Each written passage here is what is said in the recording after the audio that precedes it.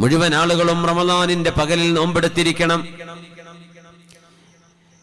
ഭക്ഷണം മനുഷ്യന്റെ നുമുവിന്, മനുഷ്യന്റെ ഗ്രോത്തിന്, നമ്മുടെ വളർച്ചയ്ക്ക് അനിവാര്യമാണ്. പക്ഷെ അള്ളാഹു നമ്മുടെ ശരീരം സൃഷ്ടിച്ചതൊരു അത്ഭുതത്തിലാണ്.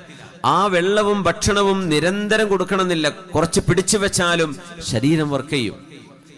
നമ്മൾ ഓടിക്കുന്ന വാഹനങ്ങൾ അങ്ങനെയല്ല. പെട്രോൾ തീർന്നാൽ അവിടെ നിൽക്കും. അത് ബാറ്ററിക്ക് ഓടുന്ന വണ്ടിയാണെങ്കിൽ ബാറ്ററി തീർന്നാൽ അവിടെ നിൽക്കും. അത് കൊടുത്തുകൊണ്ടേയിരിക്കണം.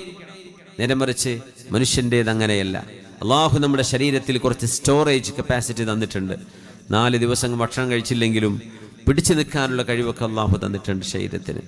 അത് അള്ളാഹുവിൻ്റെ വലിയൊരു സൃഷ്ടിപ്പാണ്. മനുഷ്യന്റെ വികാരവും നിയന്ത്രിക്കാൻ വേണ്ടി പറഞ്ഞു.